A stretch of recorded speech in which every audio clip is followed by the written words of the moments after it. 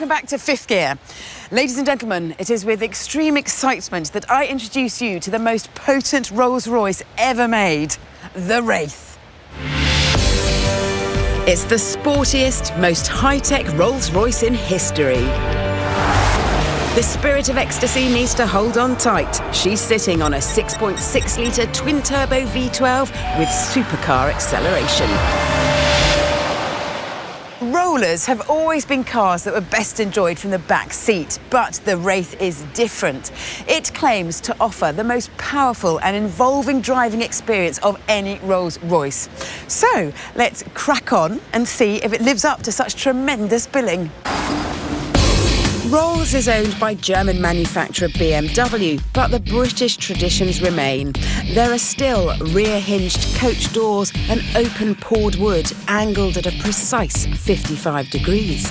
The sweep of the cabin is designed to echo the south of France Cove, where Sir Henry Royce would spend his winters.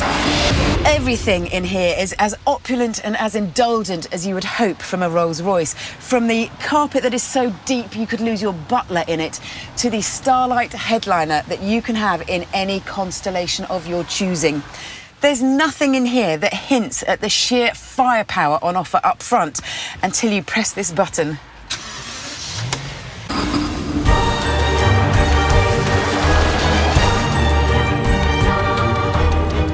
It's a whopper, a big one, and I'm not just talking about the steering wheel. The only way that I can tell where the front of the bonnet is by looking at the tips of the wings of the Spirit of Ecstasy. And when it comes to back there, who knows where the rear end actually stops. Fortunately though, when you're parking it, there is a very clever reversing camera TV system, which is borrowed from BMW. Now, it is as quiet as a cathedral in here, and it is as majestic as one as well. The Wraith's chassis and engine are actually borrowed from the so-called baby Rolls, the Ghost. That costs £170,000, but the Wraith is substantially more.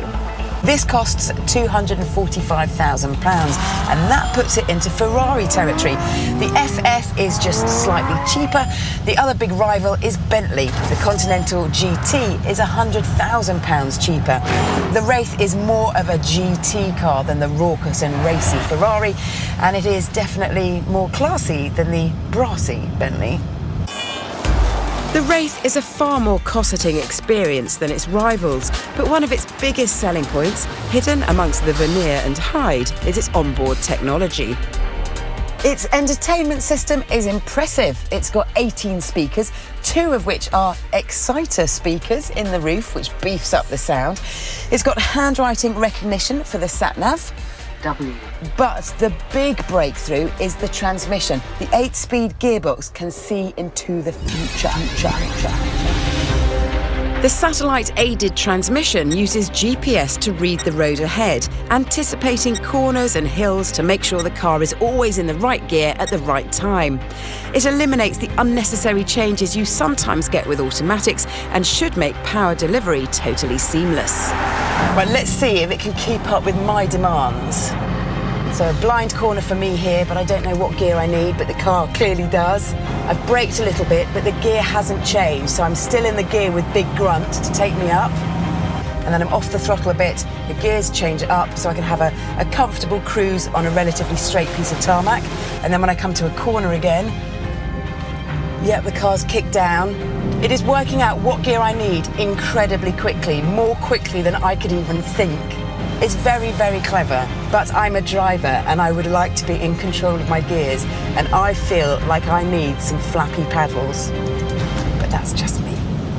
The lack of paddles may frustrate keen drivers, but thanks to a shorter wheelbase and lower roof than the Ghost on which it's based, the Wraith's handling should impress.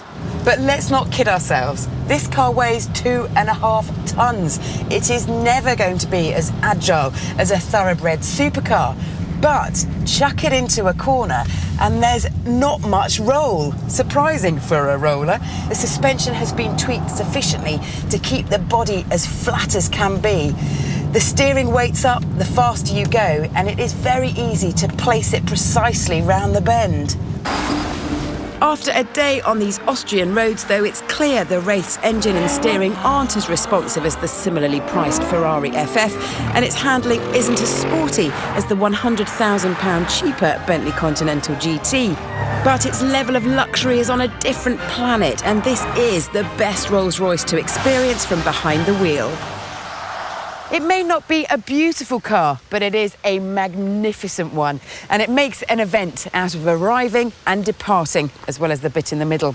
It's more intimate than a Phantom, and therefore it is a better driver's car. Job well done then.